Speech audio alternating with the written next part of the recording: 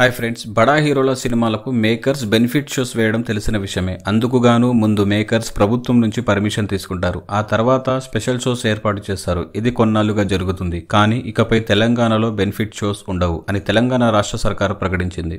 తెలంగాణలో ఇకపై బెనిఫిట్ షోలకు అనుమతి ఇవ్వబోమని రాష్ట్ర సినిమాటోగ్రఫీ మంత్రి కోమటిరెడ్డి వెంకటరెడ్డి గారు అసెంబ్లీలో శుక్రవారం మధ్యాహ్నం ప్రకటించారు. టికెట్ల రేట్లను పెంచుకునేందుకు కూడా అనుమతి ఇచ్చేది లేదని తేల్చి చెప్పారు.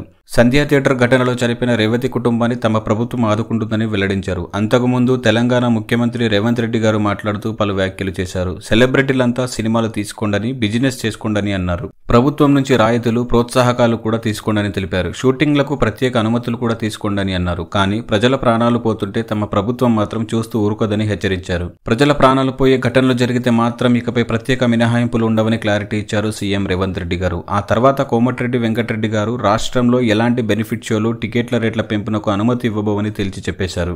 దీంతో సినీ ఇండస్ట్రీలో ఈ విషయం ఇప్పుడు హాట్ టాపిక్ గా మారింది. అప్కమింగ్ బడా చిత్రాల పరిస్థితి ఏంటని అంతా మాట్లాడుకుంటున్నారు. ముఖ్యంగా పాన్ ఇండియా లెవెల్లో తెరకెక్కిన గేమ్ చేంజర్ మూవీ త్వరలో విడుదల కానుంది.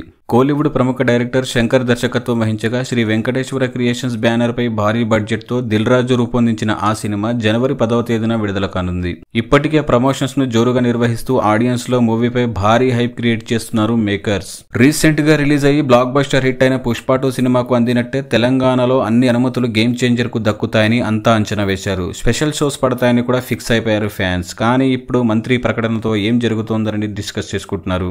మరి గేమ్ చేంజర్ విషయంలో ఏమవుతుందో తెలియాలంటే వేచి చూడాలి. మొత్తానికి ఈ నిర్ణయం సాధారణ ప్రేక్షకులకి ఒక అర్థవంతమైన నిర్ణయంగా కనిపిస్తున్నప్పటికీ సినీ పరిశ్రమకి పెద్ద ఎదురుదెబ్బలా మారే అవకాశం ఉంది. మరి గేమ్ చేంజర్ లాంటి సినిమాల భవితవ్యం ఏంటో చూడాలి. మీ అభిప్రాయాలు కామెంట్స్ లో చెప్పండి. మరిన్ని అప్డేట్ కోసం మన ఛానల్ ని సబ్స్క్రైబ్ చేసుకోండి.